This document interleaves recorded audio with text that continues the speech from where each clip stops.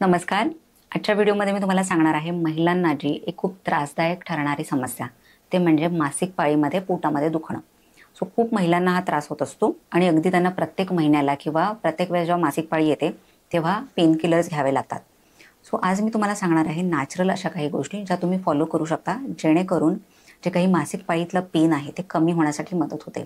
आपल्याला प्रत्येकालाच पेन किलर्सपासून दूर राहावं असं वाटत असतं. म्हणूनच नॅचरली अशा काही गोष्टी आहेत त्या जर तुम्ही फॉलो केल्या तर तुम्हाला पेन किलर घेण्याची गरज नाही लागणार.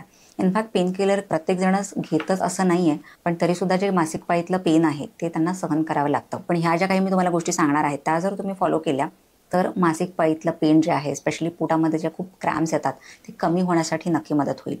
माझं नाव आहे डॉक्टर स्मिता भोईर पाटील. मी होलिस्टिक डॉक्टर आणि न्यूट्रिशनिस्ट आहे आणि मी पीएचडी क्लिनिक पुणेची फाउंडर आहे. बघा, मासिक पाळीतलं पेन, खूप जणांना मासिक पाळीमध्ये पेन होतं. बघा, एक नॉर्मल पेन काय आहे आणि अबनॉर्मल पेन काय आहे हे पहिल्यांदा समजून घेणं खूप महत्त्वाचं आहे. नॉर्मली पेन खूप महिलांना होत असतं, जे बेरेबल असतं, म्हणजे थोडेफार क्रॅम्प्स येणं किंवा थोडाफार डिस्कम्फर्ट होणं, हे असं जे काही असणारं पेन आहे ते नॉर्मल आहे. पण जर तुम्हाला खूप प्रचंड प्रमाणात पेन होत असेल, जसं की तुम्हाला प्रत्येक वेळेस पेन किलर्स घ्यावे लागत असतील किंवा इंजेक्शन घ्यावे लागत असेल किंवा पोटामध्ये जे काही पेन होतं त्यासोबत उलटी किंवा मळमळ होत असेल आणि हे जे पेन आहे ते अगदी असह्य करण्याच्या पुढे असेल, तर हे नॉर्मल नाही आहे. कारण असं जे प्रचंड प्रमाणात पेन होतं त्यामागे काही मोठे आजार असू शकतात. स्पेशली जे गर्भपिशवीचे आजार आहेत, एंडोमेट्रिओसिस, ॲडिनोमायोसिस, त्यानंतर रिप्रोडक्टिव्ह सिस्टीममध्ये काही इन्फेक्शन झालं असेल, ज्याला PID म्हणतात, म्हणजे पेल्विक इन्फ्लेमेटरी डिझीज, असा आजार असेल तर त्यामध्ये प्रचंड प्रमाणात पेन होतं. त्यानंतर फायब्रॉइड, म्हणजे गर्भपिशवीमध्ये गाठी होणं किंवा ओव्हरीजमध्ये गाठी होणं, म्हणजे अंडाशयामध्ये गाठी होणं, असे सुद्धा काही आजार आहेत ज्याच्यामध्ये प्रचंड प्रमाणात पोटामध्ये दुखू शकतात, स्पेशली मासिक पाळीच्या वेळेला. म्हणून तुम्हाला सुद्धा जर असं खूप अति प्रमाणात दुखत असेल तर पहिल्यांदा तुम्ही जाणून घेतलं पाहिजे की पेन जे आहे ते कशामुळे होतंय, आणि जर ते काही कुठल्या मोठ्या आजारामुळे होत असेल तर तो आजार ठीक झाला पाहिजे, आजार कमी झाला पाहिजे, ह्याकडे पहिल्यांदा लक्ष दिलं पाहिजे. पण जर तुम्ही ऑलरेडी काही टेस्ट केलेले आहेत आणि काही मोठा आजार नाही आहे आणि प्रत्येक वेळेसच मासिक पाळीमध्ये तुम्हाला पोटामध्ये दुखत असेल, तर मग ह्या अशा काही गोष्टी आहेत ज्या तुम्ही फॉलो करू शकता. सर्वात पहिलं जे आहे ते म्हणजे जेव्हाही तुम्हाला पेन चालू होतं तेव्हा तुम्ही चॉकलेट खाऊ शकता, स्पेशली डार्क चॉकलेट. डार्क चॉकलेटमध्ये जवळजवळ 70% किंवा त्यापेक्षा अधिक पर्सेंटेज जे आहे ते चॉकलेटचं हवं, तरच त्याचा फायदा होतो. जे नॉर्मल आपलं जे काही कॅडबरी मिळते किंवा वेगळी काही जी चॉकलेट्स असतात ती नाही. पण जे काही डार्क चॉकलेट आहे ते थोडंसं कडूसुद्धा असतं. तर हे का घ्यावं? ह्यामध्ये एक पोषक तत्व आहे ते म्हणजे मॅग्नेशियम. मॅग्नेशियम जे आहे ते आपल्या स्नायूंच्या हेल्थसाठी खूप महत्त्वाचं आहे. स्नायू जे आहेत ते आकुंचन पावतात, म्हणजे स्नायूंमध्ये कॉन्ट्रॅक्शन होतं आणि त्यामुळेच मग मासिक पाळीमध्ये पेन होत असतं.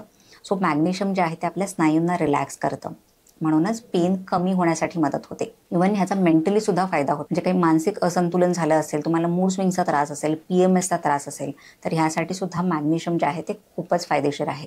नियमितपणे मासिक पाळीच्या वेळेला जर तुम्ही डार्क चॉकलेट घेतलं तर पेन कमी होण्यासाठी मदत होते. त्यानंतर पुढचं जे आहे ते म्हणजे बनाना, म्हणजे केळं. केळ्यामध्ये व्हिटॅमिन B6 आणि पोटॅशियम असतं. पोटॅशियम सुद्धा जे काही स्नायू आहेत त्यांना रिलॅक्स करण्यासाठी, स्नायूंमधला जो काही स्टिफनेस आहे तो कमी करण्यासाठी मदत करतं. व्हिटॅमिन B6 जे आहे ते ब्लड फ्लो व्यवस्थित राहावा यासाठी सुद्धा फायदेशीर असतं. जेव्हा केव्हाही तुम्हाला मासिक पाळीचं पेन होतं आणि तुम्ही केळं खाल्लं तर ते पेन कमी होण्यासाठी मदत होते. त्यानंतर पुढचं जे काय ते म्हणजे सीड्स, म्हणजे काही बिया, स्पेशली फ्लॅक्स सीड्स आणि चिया सीड्स. ह्यामध्ये ओमेगा 3 फॅट्स असतात. ओमेगा 3 फॅट्स हे अँटी इन्फ्लेमेटरी आहेत, म्हणजे शरीरातील सूज कमी करण्यासाठी आणि पेन कमी करण्यासाठी हे खूप फायदेदायक असतात. तुम्हाला नेहमीसाठी जर पेन कमी व्हावं असं वाटत असेल तर तुम्ही दररोज फ्लॅक्स सीड्स आणि चिया सीड्स घेतल्या पाहिजेत. फ्लॅक्स सीड्स, चिया सीड्स कशा घ्यायच्या? त्या दोन्हीही बिया 2 चमचे आयदर भाजून खाऊ शकता किंवा 1 ग्लास पाण्यामध्ये त्या अर्धा तास किंवा 20 मिनिटं तरी भिजवून ठेवा आणि मग ते पाणी तुम्ही त्या बियांसोबत पिऊ शकता. किंवा जे काही भिजवलेल्या चिया सीड्स असतात त्या तुम्ही तुमच्या स्मूदीजमध्ये किंवा दह्यामध्ये ॲड करून घेऊ शकता. अशा वेगळ्या वेगळ्या प्रकारे जर तुम्ही दररोज हे घेतलं तर हॉर्मोन्स बॅलन्स राहतात. जर तुम्हाला PCODचा त्रास असेल किंवा हॉर्मोनल इम्बॅलन्सचा कुठलाही त्रास असेल, पिरियड्स वेळेवर येत नसतील, तर ह्यासाठी सुद्धा हे फ्लॅक्स सीड्स आणि चिया सीड्स जे आहेत ते मदत करतात.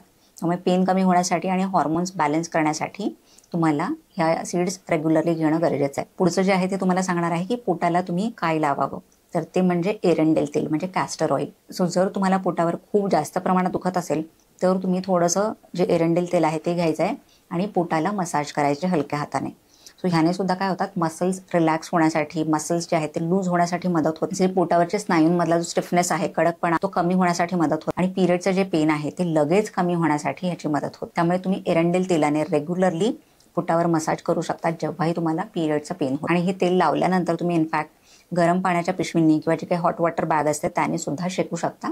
सो त्याने सुद्धा भरपूर फायदा होतो. त्यानंतर पुढचं जे आहे ते म्हणजे एक्सरसाइज. बघा, खूप जणांना वाटतं की आता पेन होतंय तर एक्सरसाइज का केली. तुम्ही हेवी एक्सरसाइज करू नका, पण जे स्ट्रेचिंग आहे, योगा आहे किंवा जस्ट वॉक आहे, हे जरी तुम्ही केलं तरी सुद्धा पेन कमी होण्यासाठी मदत होते.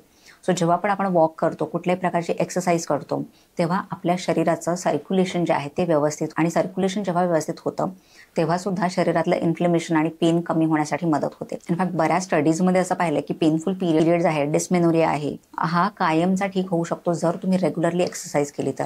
आणि स्पेशली जेव्हा तुम्हाला पिरियड्स येतात, पेन होतं, तेव्हा सुद्धा तुम्ही माइल्ड एक्सरसाइज जरूर केली. तुम्हाला सुद्धा जर पिरियडमध्ये खूप अतिप्रमाणात पेन होत असेल तर मला कमेंट सेक्शनमध्ये जरूर. सो हा व्हिडिओ जो आहे तो बघा महिलांसाठी खूप महत्त्वाचा सुद्धा आहे. त्यामुळे तुमच्या माहितीतल्या ज्या काही महिला आहेत, मुली आहेत, त्यांच्यासोबत हा व्हिडिओ तुम्ही नक्की शेअर करा. सो हेल्दी खा, हेल्दी राहा आणि स्वतःची काळजी घ्या. बाय.